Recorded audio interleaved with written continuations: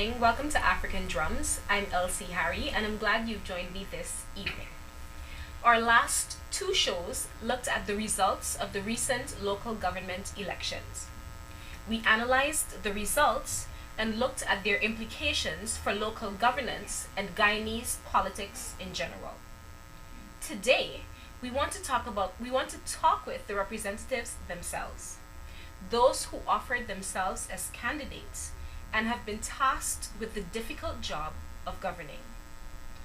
We will first discuss Georgetown.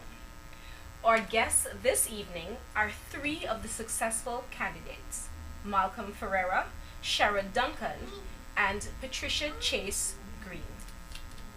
Lady and gentlemen, welcome to African Drums. Thank you. Okay, and this is your first time on the show, right? Yeah. Oh, that's great. All the better. Okay, so first I want to ask you, why did you decide to enter the fray? What made you decide to be a councillor? What made it important for you to contest in the local government elections? Question directed to me. To all of you, but I see they're looking at you like... All right. My reason to go into this election, because I would have been a councillor formerly. Yes. Is because I think I was not able to do the type of work I was intended to do since 1994. Seeing now that you have constituency rep where you will be directly involved and be responsible for your constituency, I decided to take that chance. I went into it confident that I would have been successful because I've been working prior to 1994 in my constituency, because I've been living there since 1984, and I've always had an open door to my community because I'm a nurse by profession, and we always had community work. So I went in there knowing that I would be able to make a difference in my community. Okay. And that was my reason for going. So I went to make sure that the voice of the community is heard through me. Okay, so before we speak to the others, for you personally, since you have been there before, you are familiar with the challenges of local governance. What keeps you going in spite of those challenges? In spite of the challenges, I knew somewhere that there will be a breakthrough, that there will be positiveness in this country of Guyana, that we would have been able at some point in time to do what is necessary for our citizens. We were debarred from doing quite a lot from around 1995, 96. The then government really started to clamp down on any works or any improvement in the city of Georgetown. And that was evident until May 2015. After that, you would have seen a significant change. And that is why I realized that yes, I can make a difference in my community. Okay, thank you. Okay. Malcolm, why? Oh, Sherrod? Okay. I will be the deputy. Deputy Mayor. Why did you decide to contest? My own mantra for my life is to live where I am a little better than I found it. And I've always tried to do that. And so jumping involved in community work in constituency 14, South Renville Park, Industrial Estate, entails some of that. And I thought, being an elected councillor would enable me to do that a little bit more. And that's why I jumped into it. Okay, thanks. Well, thank you.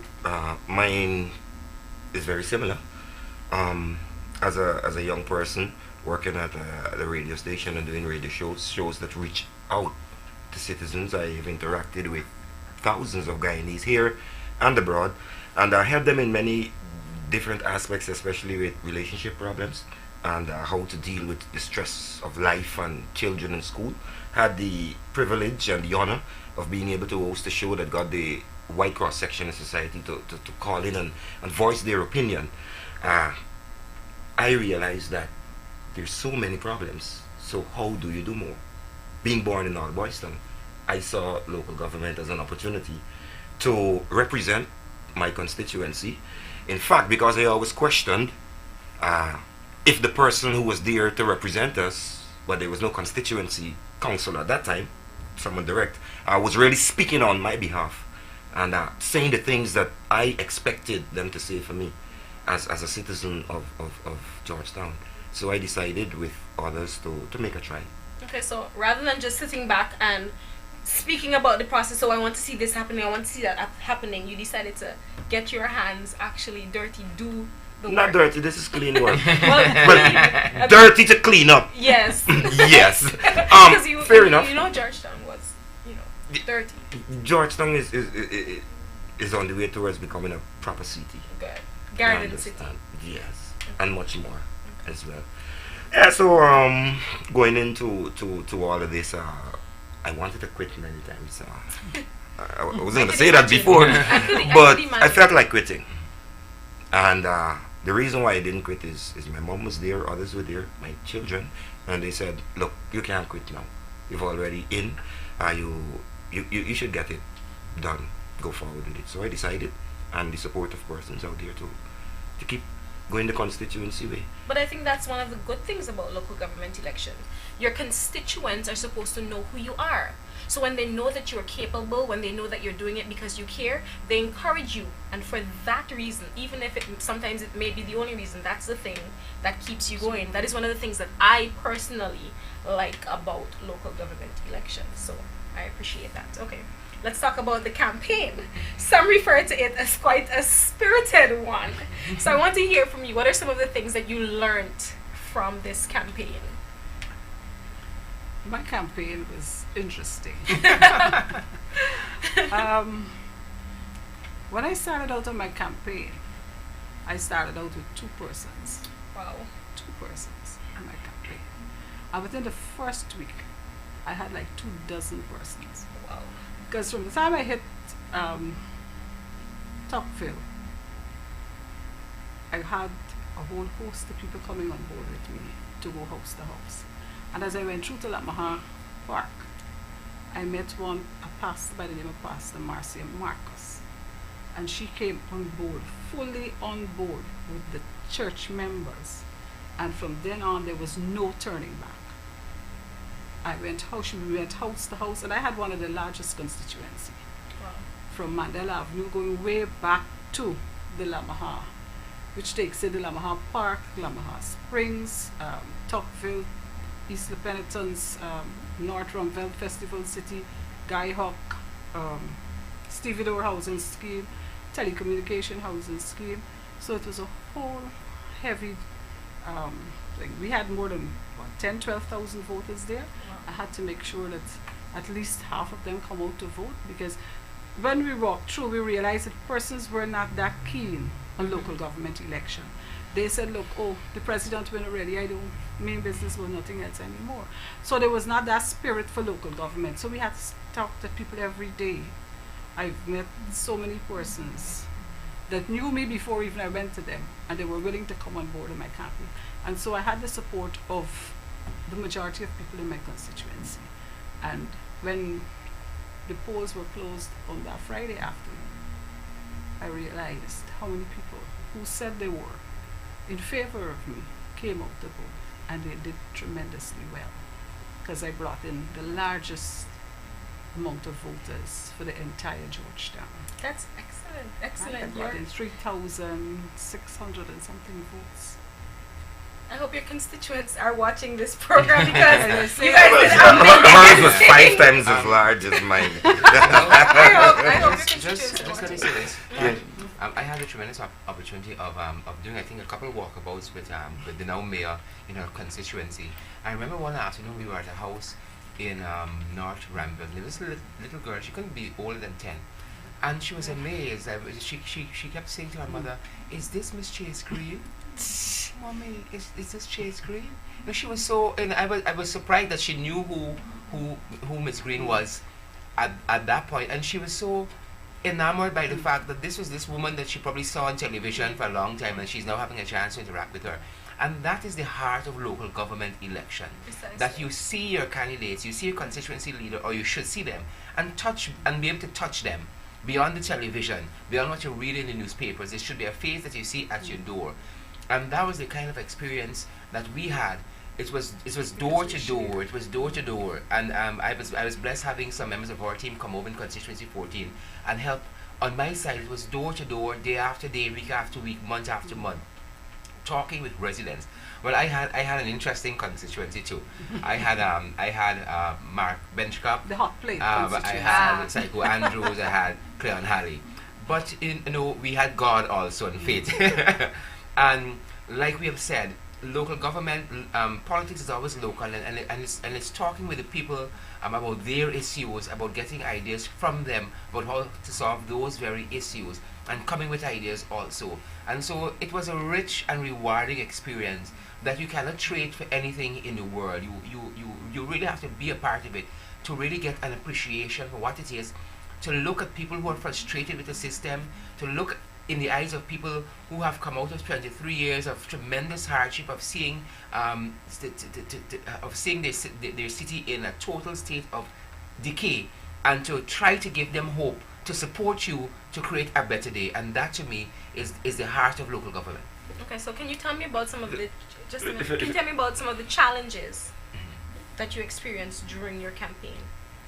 Some of the challenges, I think, is the footwork, because not a lot of driving around. It's door to door, and the constituency is large. It's from the very back of South all the way to the Amara River. My constituency, everything south of that. So South River Park, South River Gardens, Roxanne Burnham, Ratsville, Guyhawk, Shirley Field, and all those places right down to the Amara River. So you have that kind of challenge, and then you have the challenge of the actual politics of it. Hearing people say things about you that isn't true, and getting up and smile and going again, challenging yourself, challenging the team to do a little better than the previous day. Those kind of challenges of finances, because this thing takes money, and it takes a lot of time and energy, but it's being tired and working through that and getting up again and going again, as Malcolm said, feeling like quitting, but being encouraged by a support base and all of that to get up and put your hand to this plow and to make a difference. And those were just a couple of the challenges. Okay, Malcolm, tell us about the lessons that you learned during the campaign. Well, I was born and raised in Arbiston. Luckily got the opportunity to attend, like they say, Burnham School, President's College. And I noticed her worship has splashed a bit of our purple. Team Legacy's purple within that green. that goes to show that There's cooperation. yes, And let inclusion. us cooperate for kind of inclusive governance. But Team Legacy, you stole from us. Right, I figured that too, because we had it first. Or did you borrow? Borrow. I'm allowed to use it. I'm allowed to use it. We'll But use quickly, that's one of the things. During the campaign, you find yourself isolating certain colored jerseys, not wanting to wear them to go door to door, because you don't want to bring this message, and they see you in a red jersey or a yellow jersey or a green, orange. or orange jersey So or you a had a whole purple wardrobe jersey change or a white. for Yeah. this You just campaign. refuse. Now you're wear getting to some wear colour. whatever colors you want. Okay. Challenges for me are, first and foremost, this is something new for us. We didn't run under any known party. We said we were going to start something to try. We said we would have done 10 only, constituency 10, but then we realized that there was no way, if you was the first past the post candidate, you could have rotated. It was our original idea to rotate 4 persons, and I can name them, for 9 months each. That would be an option for us for the one term of 3 years if we'd gotten the 1 seat. But then we realized you can go more across the board, and that's how we brought on other persons to do it. Being raised in Arbiston, I roamed the streets. I believed I knew the neighborhood. I didn't. I had to realign myself and refine the neighborhood, because walking each and every cross street is different to walking in each and every yard in each and every cross street. So then you get to see the conditions under which people live.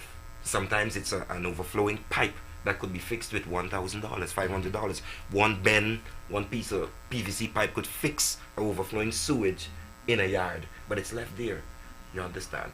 The landlord may not be doing it, so you're not doing it, and the children are exposed. So these are some of the things that I saw. I'm going around and then meeting a yard with dozens of children living, and then you go to Charlestown, and then someone tried to form a group in Charlestown to get going. I walked with the neighborhood barber. That's the person I chose. He knows everybody. Chevy Prosper. Oh, yes. Apart from the children saying wickedy and taking me to the parents, the neighborhood barber, Chevy Prosper, he knows everyone. So we did house to house. Trying to make a group in Charlestown, your worship, and then heard, Malcolm, don't even try over there. this person already went over there. I said, well, yes, election run already over here. That motivated me. For a second or two, I felt deflated. To know someone who's involved in that community telling me, don't even try over here. And I won that community as well. Georgetown. Well, there you go. So it was a big challenge for being something new, getting people to believe what I believe what worked in my favor is that popularity. These are persons who would have been there fighting battles, doing stuff in the community, breeds familiarity, where they know what they get. It may be rough around the edges, not polished, not perfect, but they understand what they're getting. What this person stands for, this is what this person is going to bring. So sometimes that works in your favor. And then thanks to the constituents, they came out and they voted, and voted for me first past the post. And Team Legacy also got one PR candidate. Okay. And we're happy. You know, we not to say we never expected, but it is always good to know that you would settle for less. Okay, it's saying that you made a try, and then to be given what you worked for, that's a great And feeling. being willing to work in spite of. Oh yes, we're having great chats here. That doesn't mean we wouldn't have disagreements. Yes. The mayor knows exactly how Malcolm relates. We've worked together for many years on different projects, and it's not a case whereby you sit here, that's okay. But you don't have to air everything out there immediately. Sometimes you have to give fair play a chance and see what happens. Well, that's This good. is I'm my so far. take on it. So far, I'm liking the dynamic that I'm seeing, and I hope that a lot of people are watching the show tonight because they'll get an opportunity to see the things that the three of you stand for as people in public offices. As I've said to the deputy, and I'm saying now, I hope people can give this council, this entire council, a chance to function. As I said, when I was asked, we will work as a team. Everyone has a part to play. Everyone is responsible to the constituency that you represent. So you have 15 constituency reps, you have 15 PR reps. So more or less, every constituency has 2 representatives. So you have to produce some amount of work after the first 6 months, the first year. You have to say to your constituency, you just couldn't go in there and sit down and not look back at your constituency. Precisely. You have to be with them. And during that campaign, well, I had a campaign manager, Shaka, and a whole team, Mr. Sampson, all them, who we were working with. And there were requests from persons. And as I've said to them, I do not promise anyone anything. I couldn't promise anyone because I knew how the council was so structured then. But I'm saying to everyone, I'm going in there as a new person. We're starting. I would like us to start from scratch. Yes. I'm not starting at a higher level and the others at the bottom. We're starting from starting point. So we all have to know from the bottom line what the council has at this present moment when we have our first meeting. So we all must be able to see that when we started, we had $1 and we had 2 buildings. And we will move forward from there. What are all our assets? What are our liabilities? What are we responsible for? Because some of the things that persons were asking for, the council is now responsible for. Or the council couldn't just go off the top of their head and do it. Providing jobs to people. We just could go there tomorrow morning and say we're going to provide 20 jobs to 20 persons. You have to have a project and then you involve your community with it. If you don't do that, that's the only way you would be able to work with people in the community. And so I want people to give this council a chance. Everyone is going to start at ground zero and move forward. We must work as a team. I know we come from different parties, but I think the goal is the same. We may have our differences, but we will have to disagree to agree. And it must all be in the best interest of the citizens, not us personally, but the citizens. Because they put us there, and they must be the persons who get the results from us. If we could all understand that, I think we'll have a great team, and we can do wonders for Georgetown. Georgetown can expect greatness from us. And I think so too. I agree with your sentiments. One of the results or outcomes that we noticed from the local government elections was the relatively low voter turnout. And my question to you is, what do you think accounted for that, and what recommendations would you make to curb that? That's a worldwide phenomenon that happens all over the world. We got a partially higher percentage than I guess the worldwide average that is in the low 30s. That is what happens. In Guyana, I believe disinterest, lack of knowledge. I believe a lot more could have been done in terms of educating the electors about local government, because that's what we focused on. My first walk house to house was to bring a bit of so that you know we're here. We're going to be a part of this, okay? The next time we go around is what it is all about, and the third walk was to how to vote. That was basically the plan. So we shouldn't have been doing that. We should have been able to lay out policies and say what you're going to do. But we had to do it. I believe the people have a better understanding, and it's quite difficult to motivate people. Maybe if we had a holiday the Friday, who knows, perhaps. I don't think a holiday would have made a difference. I think people are just wasn't interested.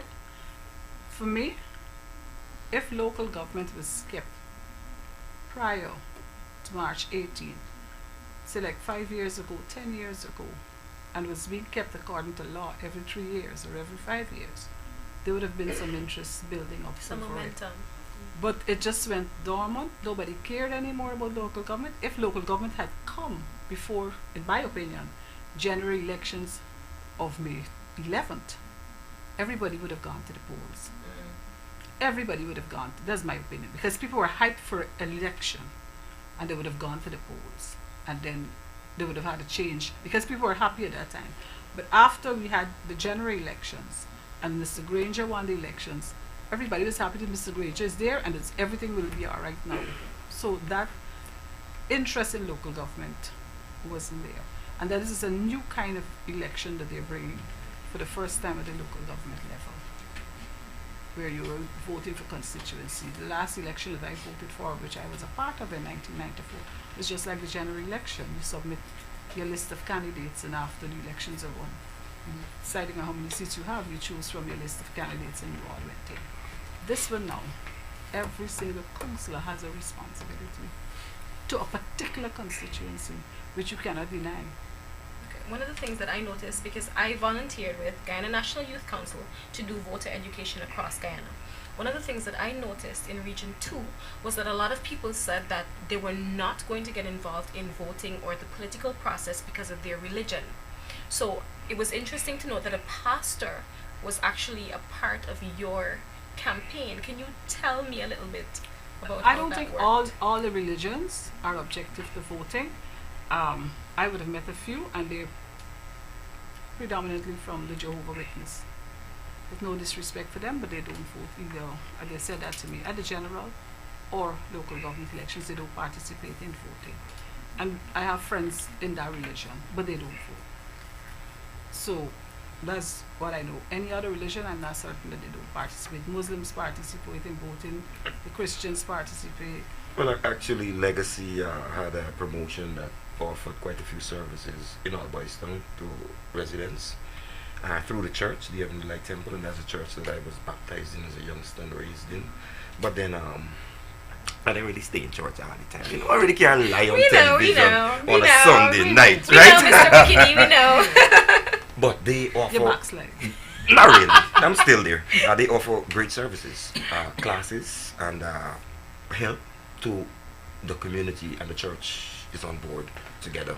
So Team Legacy is the voluntary group arm that deals with local government elections, right? So there was the support of the church and the prayings and the services. Yeah, that was quite evident. Even though they may not take it out to the front and say you're going to publish it, that support is there. I'm very much. But that's good, because if happy we for look it. back at history, during the struggle for independence and emancipation, a lot of the churches were involved in these movements. Martin Luther was a pastor.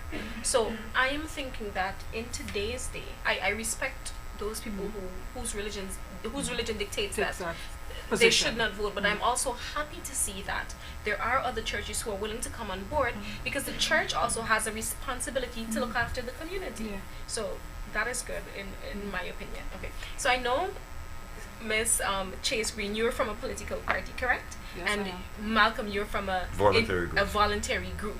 So I'm going to ask both of you, what is your opinion of parties participating in local government elections? Where do you stand individually on that issue? Do you think that parties should participate in local government elections, or it should just be for individuals and voluntary groups? Well,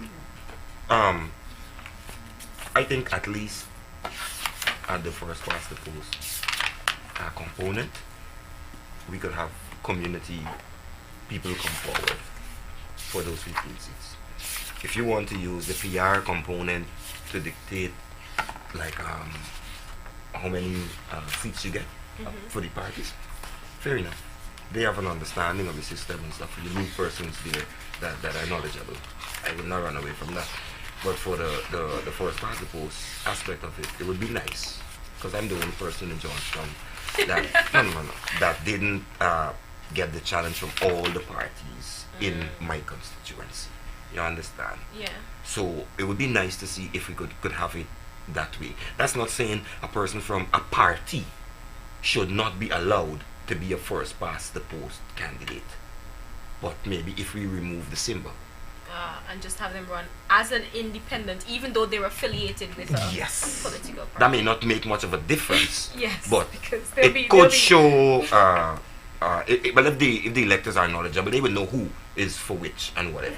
But something like that could be explored, in my opinion. Okay. Okay, the Constitution of the Council, under the Municipal Council for the City of Georgetown, says quite clearly under Section 3. Subject to this Act, the Municipal Council in and for the City of Georgetown, established as one body politic and cooperate by the Georgetown Town Council Ordinance of 1860, by the name and style of the Mayor and Council of the City of Georgetown.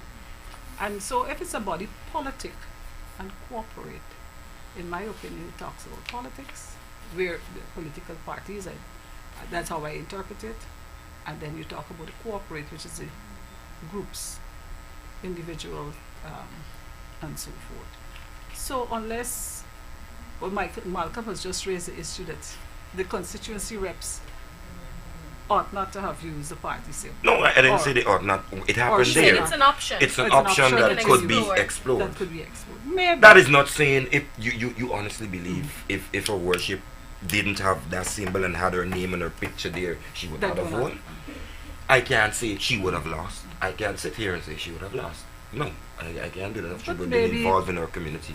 But It's it's something you can explore. we can Yeah. explore within the it. next 3 Grow, years. it's growing. We know it could be open to changes and all of that. But just to be given the opportunity to have local government elections is an accomplishment. Okay, well, the reason why I asked is because a lot of the people that we've interacted with, some of their concerns is that, okay, the person that comes from the party list might not necessarily live in their area. And they're concerned about how they hold this person accountable, or how they get this person to understand the challenges that they face within their communities if it's not meeting them in front of their doors Why did they vote for the person? because of the party symbol. A lot of the people But are that would saying, have been for the PR. yes, for the PR. But in the constituency, as far as I'm aware, your address Yeah, had you to have be, to, yes. had to be verified by Verified. GCOM Yes. that you live at lot A53 Canary Road to be a representative. address? Yes. Sir. I don't, Why are you putting the mayor's business? to be a representative of constituency 12. Yes. You know where the mix-up comes in? Not where you registered, where you actually reside. Can I find you so many days here or whatever? As long as you maintain the address and you have the building and you're living there and occupying and all of these. These are just things that if they weren't legal they would not have been passed. But then the community may know the person is out 3 days, 4 days, 5 days, according to how the person has business or whatever work. Or you may have people, I don't know, that are registered but just no reside at that address. I can't say I have no evidence to put of anyone right now. But Being a I've been citizen. living there for 32 years. I have some challenges with a cough, so I have a bit in my mouth there. I think part of it, I heard this whole thing about party symbol. I can speak for myself and Ms. Green. we've done a lot of foot slogging in the communities. And elections is about having a machinery that can get out the vote. And as the mayor said early on, part of the problem too initially was that voter apathy that you had, and we had to re-energize the base and bring out people to vote. One of the things I noticed on election day, when we were out on election day, as we say, mopping up, pulling out people, letting them know that we have transportation in case they want to get to the polling place and so on, I didn't run into any other candidate in my constituency. Additionally, when we were in the polling places, there was a deficit for the other candidates having scrutineers. And from those two instances, I knew they were in trouble. Because there are people who are going to say, oh God, the polling place is so far, I got to walk till there, and those things matter. Not just a party symbol, you got to get to the polling place and put your X next to the party symbol. Right? And at the last minute, people are making up their minds. I remember there was this one guy in South. When we got to their house, he was talking to this gentleman. And the guy said, that's the guy who was cleaning up the city, pointing to me. Right? And the man, when I looked at him, I said, he ain't going to vote, it's 5:45. By the time we got to the head of that street, Madam Mayor, that man was driving out behind us. The man said, this guy just tell me who you are, I'm going to vote for you. He said, I've got to vote for you. So at that last minute, and we were doing that mopping up exercise in between 3 and probably 6 o'clock. I didn't run into any other candidate from any other party. Maybe they were driving another street. Right? Who knows? Right? But all of that helps. All of that helps at the end of the day. Following in through. Constituency 12, we had a number of polling stations, 29 to be exact, in Constituency 12. And you were expected that a candidate from the other parties would have been present. There were none. At none? At none. Wow.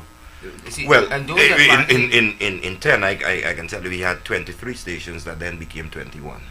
There were some alpha splits that the names they put a different way. Even the PPP didn't have representatives at all the polling stations.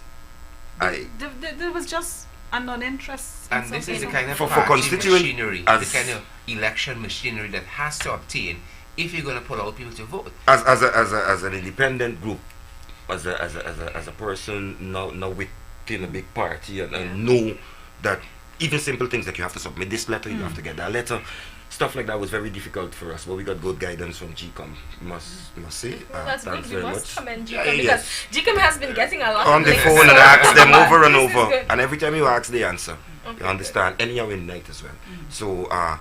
So when on election day, the 23 became 21. I had 25 people on standby, but You want everybody in your some constituency. drop out, right? They drop out at the last moment. So what I was able to do is not to cover every polling station, but to be present at least 2 in every polling place. You understand? And ask those persons to liaison with the others. They would not have been there in an official capacity because we would have been assigned to a special place, a polling place with a number, right? But they were able to. So as soon as the polling closed and they declared, I was already aware. Okay, wait. Elsie, on the original question, which you were asking about big parties, the challenges to small grouping is always going to be the size of Georgetown. Georgetown is massive. It's a massive piece of. I don't think it's the size. Right? I don't think Let size me- is most. Okay, but let think him about I'll it. give you a minute If to you finish, have- then I'll give if you a you minute, have- if you and then have we'll about- move on. If you have about 10 persons on your team, it's a small grouping. You can't cover 15 constituencies in Georgetown. It's impossible. Unless you're able to bring more people in, unless you multiply that 10 to 100, 150 persons. It's just impossible. It's just really and truly impossible to cover Georgetown, especially on an election day where you have to have a machinery in place that brings people out, that scrutinizes the polling place and all of that. And so that is going to be one of the challenges for smaller groups going along. Okay, 1 minute, Malcolm. It's the same. If someone is a constituency councillor, they can't or shouldn't send somebody as a representative to go to your house. No. So you will still have to touch all the places. And just like how you can touch all the places, the small and independent groups can walk the same way, Sherrod, and touch the same places. We did the walking. So I don't believe it's only about the size of No, Georgetown but- that would inhibit a smaller or voluntary group to move forward and be more effective. There must be some of it that is attached to a party, you understand, that has been seen as one that's been out of power for so long and back in, of course, you want to ensure that the other side doesn't even get a chance to get a foot in. No, we gotta call politics. Yes. You understand? So that was there as well. You know, the beauty of this thing, we don't see the wonder of local You're over your government as minute, yet. you know. I'm a good timer. I believe I've got 2 seconds left. Okay. We're not seeing the beauty of this as yet.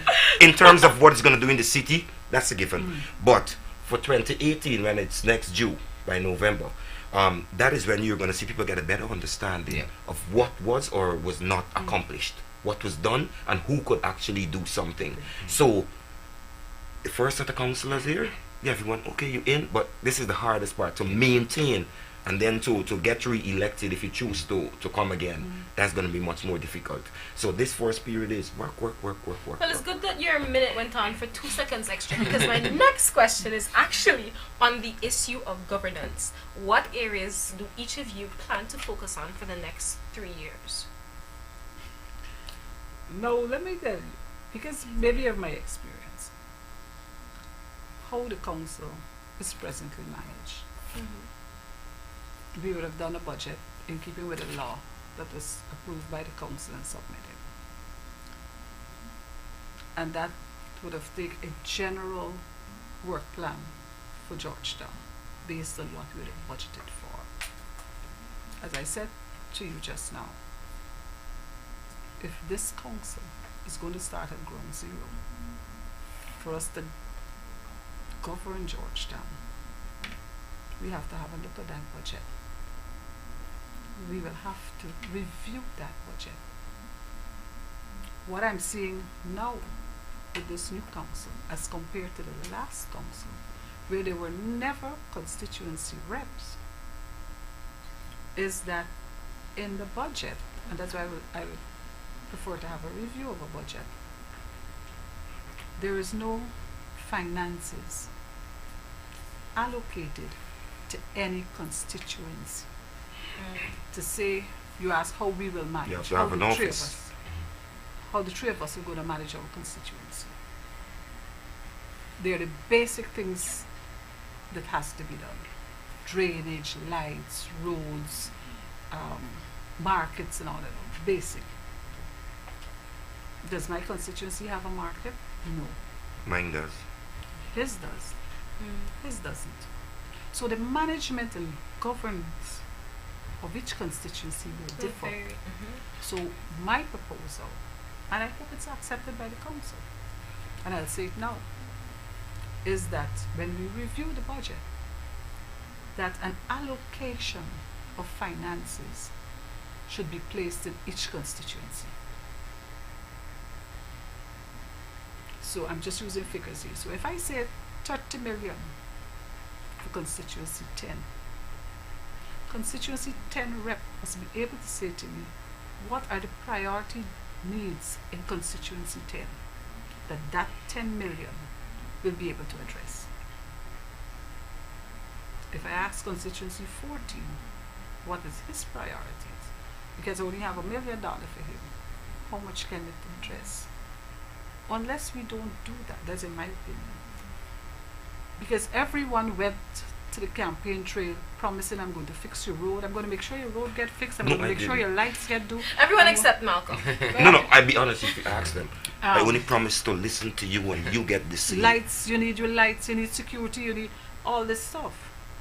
But if you personally don't have a budget to deal with it, it will be left to the general council to determine with its present budget if I will spend any money right now in constituency 12. And as a party, well, a voluntary group with only 2 seats, you could understand our concerns when it comes to But something with like this that. suggestion of allocations at the constituency level, how do you go about deciding how much money to allocate to a specific constituency and not having some person sitting on the council feel like their constituency is being slighted? This has to be worked out. It has to be worked out because we have to say what we have. We have to know what we have and how to divide what we have. On many occasions, we may have to go to central government. And I will not be shortchanged not going to central government. I will go to them. Until we can garner revenue on the revenue basis. Until we could put systems in place where every single person pays the rates and the taxes. Because presently we only get like 60% of taxes from Georgetown. We have to do valuation or revaluation of a lot of properties in Georgetown to garner the revenue. The budget is $2.6 million Yes. for the city of Georgetown. Can't really work. It's just to do basic work in Georgetown. And Elsie, as you would know, that is similar to the budget for the University of Guyana. Yes. So definitely cannot work for a population of over 235,000 residents. IFUG has 5,500 students. And it's in the not budget, even working and at it's not UG. even working out at UG. So Not even a bit. we started at a deficit. Mhm. We started at a You see, deficit. my understand thing that. as a constituency candidate, I believe each constituency needs an office that is funded, It has to have. because how do you control and organize properly? I can't do it, I don't have the money. You understand? I need an office that is staffed and equipped, not elaborate, but to perform basic functions that really computers, internet for the community, where everything is being organized. There's an office that you can go to, any problem. You see, my constituency is a dynamic one. It's quite different and it's similar to all the other constituencies. When I say different, very different. If you notice in my constituency right now, there's a lot that has been happening. Over the past week, I've had to visit Two. 1, 2, 3, 4, 5 deaths. 3 by gunshot, 2 by suicide. To go around. You understand? And so you need a center that is funded, and these people can be employed. Could use people from right in your constituency and people whoever is qualified. But that needs to be funded and be funded immediately, or we just mark in time. But they're gonna say, Malcolm, we vote for you. What you doing? Exactly. You understand? So I guess there's a lot that needs to be worked out. But like I say, we need to give time, and you guys need to keep our feet to the ground as well, and Oh, definitely. do what you're supposed to do. Definitely. Because let me tell you, as I said before, for the 22 years the previous council would have been there, there was no constituency rep, and it is expected that every constituency rep must have an office. It must have an office. If you don't have a spare room that you will give voluntary, and something I hope that the councillors will understand, you're not given a salary, you know. You get a stipend to cover some of your expenses. So as regards to this office in each constituency, it has to be well thought out, because there's somewhere along the line that the constituency rep has to meet with the residents at least once a month. Where you want to meet? If you have to rent somewhere to meet, you have to get public address system, whatever. It's at a cost, and it's quite certain that every one of us here can say to you, our campaign cost was borne by myself and my children and my husband. There were a few persons who came out and did some printing of pamphlets and so forth, but it was a very high financial cost, and that had to be borne by you. Could the councillors have that responsibility of managing office paid by them and paying a worker? I don't think so. And so all of those things has to be dealt with. We were expected to have 3 days of a workshop, Yes, Patricia. starting from Tuesday, where all these matters will be raised, and you have to find a final decision on it. And that is what is going to make the entire change. Because if you're told, well, look, we can't finance an office in your constituency. Like Malcolm said, I'm he still want recovering from the shock of what I just said. No. Well, that would have been words I would have expected long ago, you know what I mean? But we speak about inclusivity and bringing everybody together. So the same issue of constituency 10 not having an office, it is the same issue in the mayor's constituency. So in all the constituency, you see what we have to remember. Georgetown was expanding. You had before Kitty Village Office, Lodge Village Office, Agricola Village Office. So those places could have been managed differently because they had village offices. With the expansion of Georgetown, you have now South Ramville, North Ramville, Festival City, all those places, the council never put offices to collect any rates or taxes in those places, so there are no offices left. You don't have, well, the Kitty Market is now on the repairs, it's obvious offices will go back there. So the person in Kitty might be lucky to get back. We got the YM in our Bystone which here. needs to be rehabilitated, and that And- whole project has to come on board. And the But will it be finished for you to go into an office next month? No, it I will doubt not. whether. Well, there's a long And then term. half of the roof in the market leaking little penitents. Okay, well, So those are long term But things that you can have to say look these at. things. okay, well, no, that's fine. You can say That's a fact, I saw that. You can say, No, we know. This- We visited this- yesterday. Yeah. The good thing about this program is we do not dictate what you say as long as it's the truth. We visited. We walked through there yesterday. We saw it. Mm-hmm. These are facts. My husband trained at Old Boys Town Gym as a boxer. Can't go in there to do any punching bag right now. It will collapse. You can't do any speed work in there. It will collapse. But to look at it and to get funding for it is not going to happen within the next 3 months. It may take another year for that to happen. What happens within that year? The constituency rep has to have some way to function from.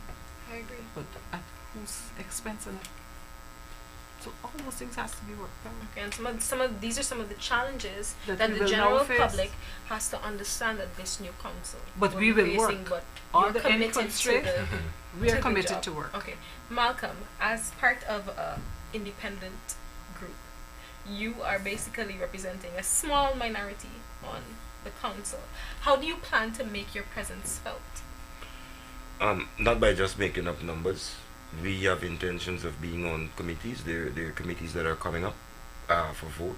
We expect, given the good utterances from the mayor and the deputy mayor, that there could be some space on the works committee and stuff that we could be involved. I don't intend to make up numbers. I'm wasting people's effort to vote for me And that's a good and attitude time to be have. there to make up numbers. I'm quite vocal and I work hard. Understand? I don't mind working from like our worship said, ground level. That's okay. You get up as long as you work hard enough. But for me, I intend to lobby, to present. I'm not here to just oppose. No. They saw me vote against the thing, but if I'm proposing for someone, I have to vote against anyone who's opposing that person. That's known. I'll do it over and over with no apologies. But I'm not here to just oppose anything just because someone says no. No. I'm here to present on behalf of Constituency 10 and the wider Georgetown things that I see could improve, given that I've been to the citizens and I will go again with other councillors. I've invited councillors to come. Mr. Duncan, before he was even sworn in as deputy, elected as deputy, said, you know what, been to our Bystone, we got stuff we got to go in there and look at. I want to tell you about something. So we believe with these new faces, many of us don't carry the blocking of positions with us into this council. You I understand? don't think there's anyone carrying that position. Well, anyone We're ready coming to work. in, We're right? ready To, to to, work. to fight this. I'm not there to fight against the council. I'm there to fight for I think the people of at the Georgetown, council. on the Mayor Green, might I say, Chase Green that is, can look forward to a different kind of council, a hard-working council, a different tone, a different approach to the business of the city. And you will find a council more prone to teamwork than not working as a team. There's so much commonalities in the different constituencies, yet they have their differences, all boys down to south. There are huge differences, but there are lots of common ground. And we're ready to work. We have the energy, we have the institutional knowledge and the know-how, we have the fresh blood, and we're ready to get to work. Okay, let's talk about the relationship of central government and the council. In the past, it has been considered a rough relationship. Do you think that relationship will improve? Afternoon AFC reps would be in a much better position to answer such a question. Thank you, welcome. Little allow the mayor. You would have I a don't think anyone here could tell you how rough it was, other than me in the previous go ahead. government. Go ahead. It was horrible. It was at the extent that sometimes, as Malcolm said, you felt like quitting, and sometimes you felt, and then I would lie down at home and say, should I give these people this privilege to say that they could beat us to this? And let me say, hats off to Mayor Green. Because sometimes, we even got annoyed at one time with the council to say, look, I think you're going too slow on these people. We can bring no confidence against you because you're working hard You enough. don't. Of course, we brought it against him. It was brought by me and seconded by Councillor Jordan. But we didn't get through with it. Because we thought these people were doing so much pressure on us. And he's not putting back the pressure, but I didn't at the time understand how the politics work. But when he laid out his plan, and he says he never carries a white flag, and he never did carry that white flag. When we really started to put the pressure, but they were in government, they were in control. They really did every single thing that was possibly human to destroy Georgetown. Every single thing, I can tell you.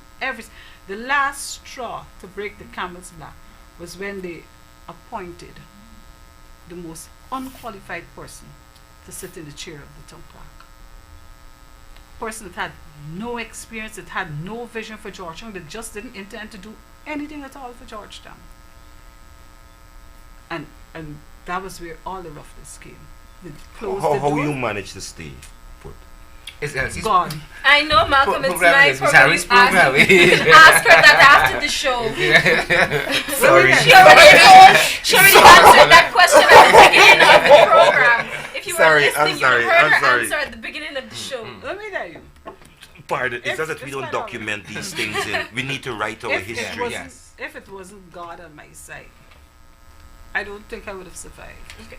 Now that you are a part of the APNU, AFC political party, and they are in government, how will you manage the pressures that come with being a part of this party structure, as well as being the mayor of Georgetown, and your plans not mesh, your plans that you see fit as the mayor of Georgetown not meshing with central government's plans? I think I can clearly sit with any minister of the government to work for the vision of Georgetown. And so far we've been working together.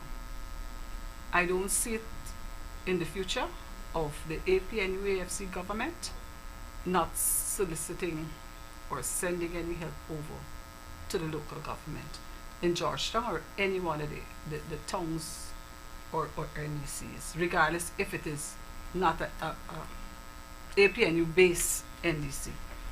What has happened, our minister said quite clearly and openly that he has removed the controlling hand from the council and will allow the council to function as a body. And with that in mind, the council will be able to function. The decisions of the council are executed by the town clerk. Decisions of the council are executed by the town clerk. If he does not carry out those decisions, the council can sanction him, can make recommendations. But I don't see that happening in the near future. The town clerk has been working with the administration. The council works with the administration. As long as you know the line of authority, we should have no problems in Georgetown. As I said to you, this new council will start from the bottom. A new page will be turned. A new page will be turned. And the 3 days of workshop that's expected to start on Tuesday to Thursday, where 2801 Public Health Act Chapter 145, that officers function to know what are the roles of the engineer, what are the roles of the Chief Medical Officer of Health, because the council has a Chief Medical Officer of Health. What's the role of the Clerk of Markets, the role of the town clerk? You will know those roles. What's the role of the city treasurer? Does he have any authority? Does the engineer have any authority under the law? You will know that. And I've said to Malcolm, I've said to the deputy, let this be a Bible. This has all the explanation in it. I've heard people saying the council would have allowed people to cover up the alleyways and all of that. In 2801, the council can give permission for you to occupy an alleyway without putting a permanent structure, but the council must always be able to have access to it. So when people say the council would have done, somebody would have done an illegal work or so, they first need to find out if it's true. So there are lots of things that people will talk. 2801, you have to be guided by at all times. We have just about 4 minutes left. So the final question that I want to ask is the issue of vendors vending at different parts of the city. I know there has been big controversy about the vendors at Merriman's Mall. You as the new council, how do you intend to deal with this particular issue Which issue? of the vendors being, the vendors have been relocated, put in stalls. The price that they pay for these stalls has changed a number of times. Other vendors are complaining that they're being told to move from the areas that they're vending and they're not being provided with other spaces. I could go on. It's a list of issues. How do you intend to deal with the overarching issue of vending going on at the side of different roads? I throughout think the mayor city? mentioned it a little bit early on.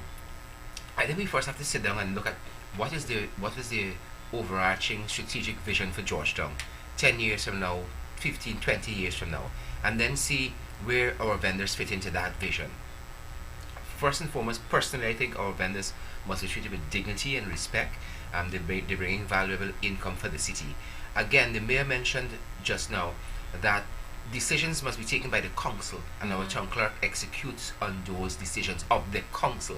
And so the council has to sit down and look at vending and how do we enable and empower people to earn a livelihood, and part of that livelihood contributes back to the city, and how can we do that in a holistic manner in the 21st century that really and truly ups the aesthetics of our city, engages the public on a daily basis, and move Georgetown forward really and truly.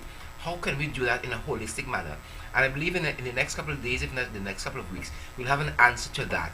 And at least in the interim, solve that whole issue of the back and forth with the vendors and pricing and placement and all of that. So coming out of the next couple of days, if not the next couple of weeks, we should see an answer to that question. Okay. I'll be looking for it. Okay, great. Vending will always be an issue, has always been an issue, a serious issue because of the socio-economic situation of lots of people. While vending is not illegal, it's the obstruction of our roadways that is illegal. And sometimes people tend to become complacent, and you give them a foot, tomorrow they take 18 inches, the next day they take 2 feet, the next week, and it goes on and on. What the council has been doing sometimes is try to bring them back into line. When you bring them back into line, oh, but I've been there. But originally you had a foot. But I think in vending, I don't like somebody telling me, I've been here for 20 years and I'm still in the same position. After vending for 20 years, you ought to have improved yourself. There must be some improvement.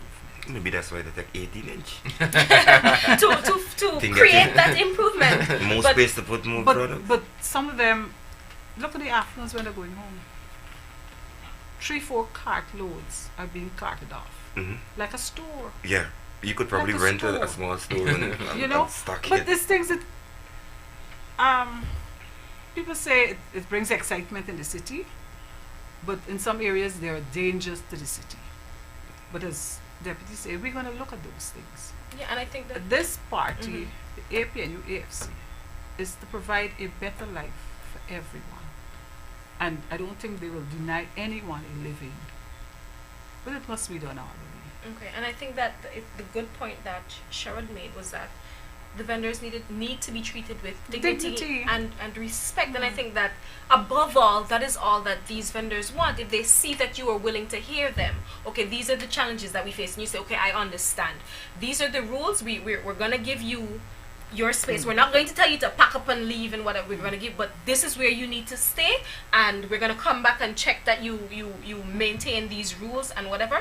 And I think that in that way, there's a partnership between the council and the vendors where each person realizes their roles and their responsibilities, and then you work together. Perfectly said, because if someone is standing at the corner, not at the bus stop, and the mini bus stops there, who wrong? Come on. But if that person know that they're not supposed to be standing here, because if you stand here, the bus will not stop here, then they wouldn't be there. Well, there you go. Sometimes when you're allowed to do things anyhow, and for a long period of time, it becomes as though it's what should be done. Yes. There is a committee called the Public Health Markets Committee that deals with vending and all of those matters. and I'm quite certain they have capable persons on the council that will be members of those committees, and especially that committee, because it's a very important committee, public health and markets, right? Yes. And so all of those issues and the decision will be made. Because I think for the 50th, somebody would have given us a challenge that for the 50th anniversary, Georgetown needs to be much more improved. I can assure you, with the cooperation of the central government, Georgetown will be improved for our anniversary celebration. And that is something great to hear. And a lot of the vendors at Starbrook especially, when I'm walking there to go and buy groceries, they tell me they watch the show, so I hope they're watching the show. Oh, that's why she's tonight. focused on the vendors that much. Yes, those vendors are my friends, and while I That's nice. have the mayor, the deputy mayor, and the councillor, I have to That's nice. discuss some of And these. those same vendors Yes, were yes, at our swearing in Oh, on, yes. on You are Friday. They were very there vocal. to support. Yes, see, Very And vocal. very vocal. I feel like the vendors are very spirited. You go and you ask the vendors what are the issues in Georgetown, they're able They to tell tell you. you, and they would give you some solutions to it. They're the ears on the ground. Exactly. So we've come to the end of the program and we've gone over time. And you blame me for 2 And seconds? it's Malcolm's fault. So thank you, Mayor, Deputy Mayor, and Mr. Councillor you. for being on African Drums. I'm sure that you feel like you will come again, right? To discuss some Definitely. issues. It's a good program, right? Yes. Definitely. Great. So thank you for coming, and thank you, viewers, for staying with us. This has been African Drums, the television organ of the Cuffy250 Committee, an organization dedicated to the empowerment of the African Guyanese community through education and the encouragement of self-activity. Please like our Facebook page, it's Cuffy250. Also subscribe to our YouTube channel, also Cuffy250, to see videos of these shows. Send us an email, cuffy250gy@gmail.com, and please join us next time. Oh, hello to my friend Dexter, that's a vendor at Starbucks that always watches the show. So, hi Dexter, and I hope you saw the program tonight. Take care, everyone, and thank you for watching.